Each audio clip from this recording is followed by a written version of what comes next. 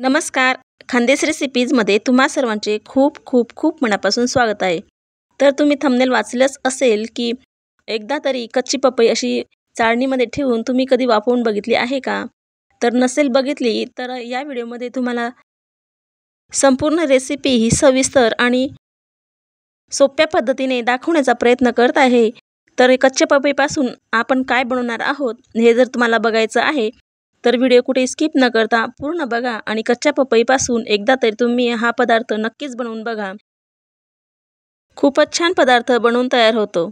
तर या ठिकाणी सर्वात अगोदर मी कच्ची पपई घेतलेली आहे. जवळपास ही 2 किलोचं असेल. आता ही जी कच्ची पपई आहे ना, हिला अगोदर काय करायचं तर धुवून घ्यायचं आहे. तर या ठिकाणी मी धुवून घेतलेली आहे. आणि हा जो देठाचा भाग आहे तो देखील सुरीने असा कट करून घ्यायचा. बघा आता देठाचा भाग काढून झालेला आहे. तर आता काय करायचं की याला आपण याची साल काढून घेणार आहोत. तर बघा या ठिकाणी मी अशा पद्धतीने याची साल काढून घेत आहे. पपईची ही जी साल असते ही खूप कडू असते. तर त्यासाठी पपईला अजिबात साल राहता कामा नये. बघा संपूर्ण पपईची साल आपल्याला काढून घ्यायची आहे. अजिबात साल कुठेही राहता कामा नये. अगदी प्लेन साल काढून घ्यायची आहे पपईची. अशा पद्धतीने संपूर्ण पपईची साल आपल्याला काढून घ्यायची आहे बघा. आणि मस्त अशी प्लेन करून घ्यायची आहे. तर बघा या ठिकाणी संपूर्ण साल मी मस्त अशी काढून घेतलेली आहे.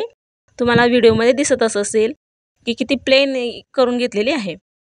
तर याच पद्धतीने दुसरी पपई देखील आपल्याला अशीच साल काढून घ्यायची आहे.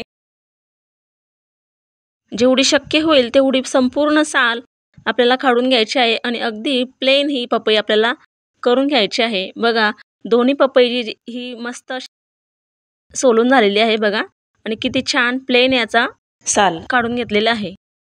तर आता आपल्याला याला कापून घ्यायचे आहे बघा.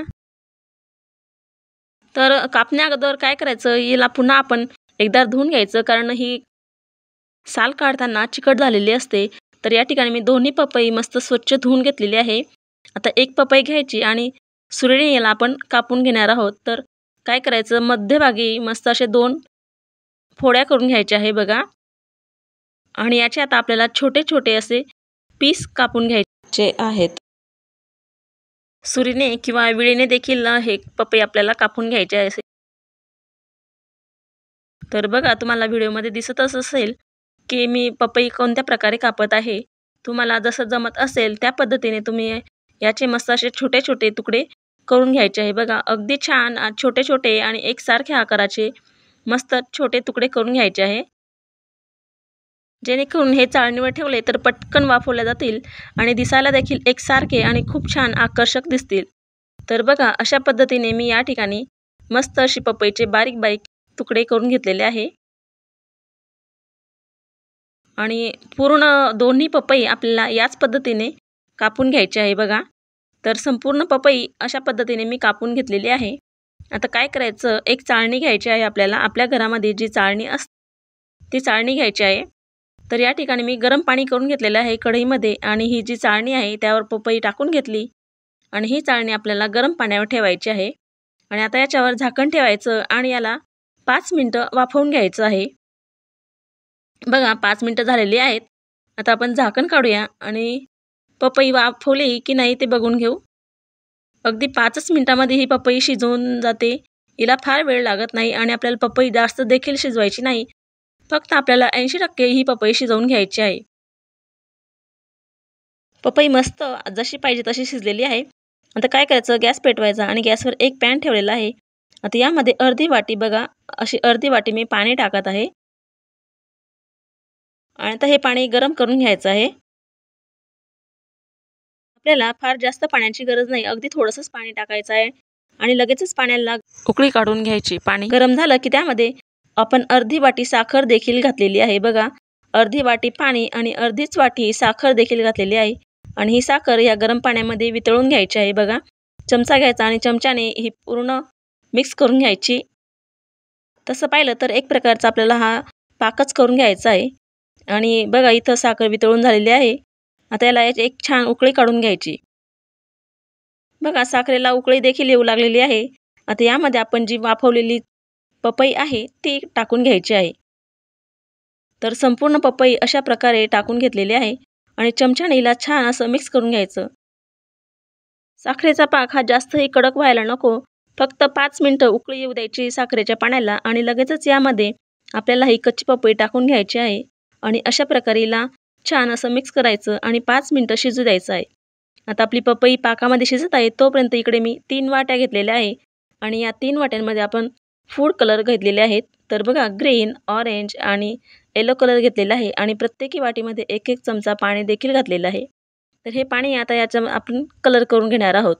तर बघा प्रत्येक वाटीमध्ये 1-1 चमचा पाणी घालून हे आपल्याला मिक्स करून घ्यायचं आणि मस्त याचे कलर बनवून घ्यायचे आहे।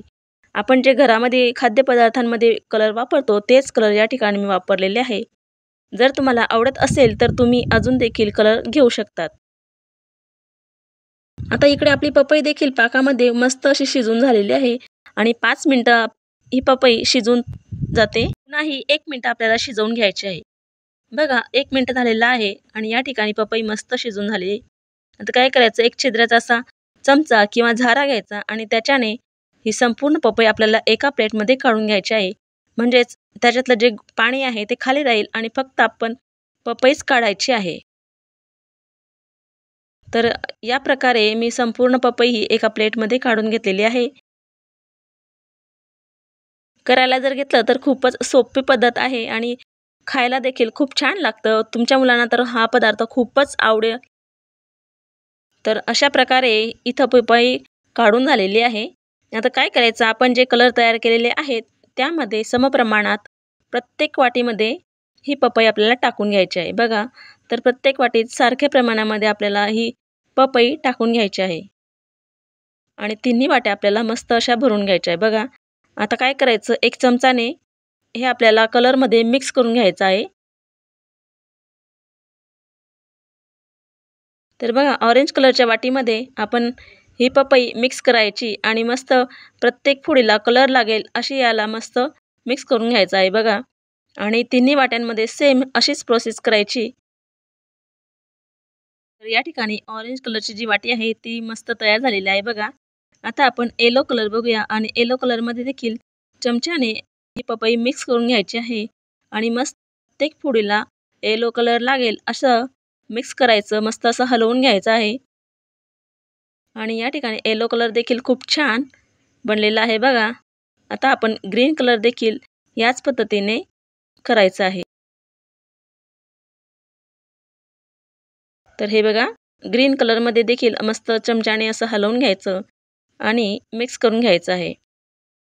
तर या ठिकाणी आपल्या तिन्ही वाट्या मस्त अशा तयार झालेल्या आहेत। आता काय करायचं, याच्यावर आपल्याला झाकण ठेवायचं आहे जेणेकरून हा कलर मस्त असा पपईला लागेल आणि छान याच्यामध्ये तो मुरेल। तर बघा तिन्ही वाट्यांवर मी झाकण ठेवलेलं आहे आणि मस्त असं याला 4 ते 5 तासांसाठी ठेवायचं आहे। आता 4 ते 5 तास झालेले आहेत आणि बघा पपईचा रंग देखील किती छान बदललेला आहे, अगदी सुरेख दिसत आहे। अगदी तिन्ही वाट्यांमध्ये खूप छान आणि गडद असं पपई दिसत आहे आपल्याला। मुलांना तर असे रंगीबिरंगी कलर खूपच आवडतात।